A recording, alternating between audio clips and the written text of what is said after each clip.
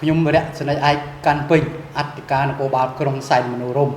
ចឹងពាក់ព័ន្ធនឹងការត្រៀមកម្លាំងរបស់អធិការនគរបាលក្រុងសែនមនោរម្យរបស់យើងចាប់ពីថ្នាក់អធិការរហូតទៅដល់ប៉ុស្តិ៍រដ្ឋបាលទាំង4សង្កាត់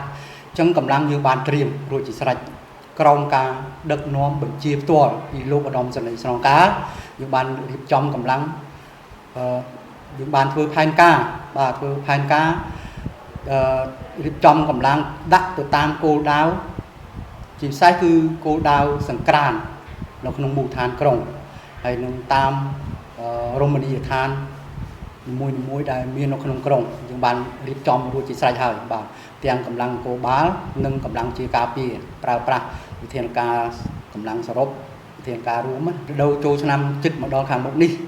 យើងក៏នឹងមានវិធានការដើម្បីបង្ការទប់ស្កាត់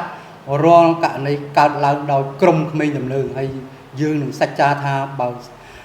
តែជាបឋមខ្ញុំសូមធ្វើការអំពាវនាវទៅលើបងប្អូនជាបរិវត្តជាពិសេសគឺក្រុមក្មេងទំនើងក្នុងរដូវចូលឆ្នាំនេះគឺថាធ្វើយ៉ាងណាកុំឲ្យមានហើយយើងធ្វើបើសិនជាមានយើងធ្វើទៅតាមអនុសាសន៍ណែនាំរបស់ថ្នាក់ដឹកនាំដូចជាពិសេសគឺប្រមុខរាជរដ្ឋាភិបាលនិងឯកឧត្តមឧបនាយករដ្ឋមន្ត្រីសួងហាផ្ទៃអគ្គស្នងការនគរបាលជាតិហើយដោយការចង្អុលបង្ហាញពីលោកឧត្តមសេនីយ៍ស្រងការយើងបានត្រៀមកម្លាំងជាស្រេចបាទដើម្បីធ្វើការទប់ស្កាត់បើសិនជាមានក្រុមក្មេងទំនើងយើងត្រូវតែបង្ក្រាបឲ្យខានតែបានបាទហើយយើងអត់មានធ្វើប្រហែលទេអានេះពាក់ព័ន្ធនឹងការណែនាំអនុសាសន៍ណែនាំរបស់ថ្នាក់ដឹកនាំយើងត្រូវតែយកចិត្តទុកដាក់ហើយយើងក៏បានដាក់ផែនការនេះទៅដល់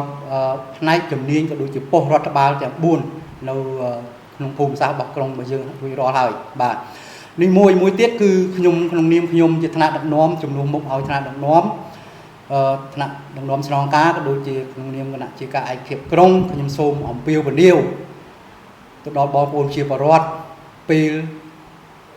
មកកំសាន្តនៅក្នុងទឹកដីក្រុងសែនមនោរម្យនិយាយរួម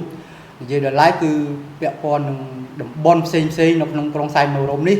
ដែលធ្វើចរាចរណ៍នេះគឺទី1សូមឲ្យចូលរួមគោរពច្បាប់ចរាចរណ៍ទាំងអស់គ្នាបាទហើយយើងដឹងហើយថាស្ថានភាពផ្លូវនៅក្នុងទឹកដីខេត្តមណ្ឌលគិរីនេះដូចបងប្អូនភ្ញៀវទេសចរក៏ដូចជាភ្ញៀវជាតិអន្តរជាតិលោកបានដឹងហើយថាមណ្ឌលគិរីគឺសម្បូរទៅដោយភ្នំហើយផ្លូវមានផ្លូវកោងផ្លូវឡើងផ្លូវចុះអញ្ចឹងក្នុងនាមខ្ញុំជាថ្នាក់ដឹកនាំអធិការគឺខ្ញុំសូមអំពាវនាវទៅដល់បងប្អូនភ្ញៀវជាតិនិងអន្តរជាតិបាទ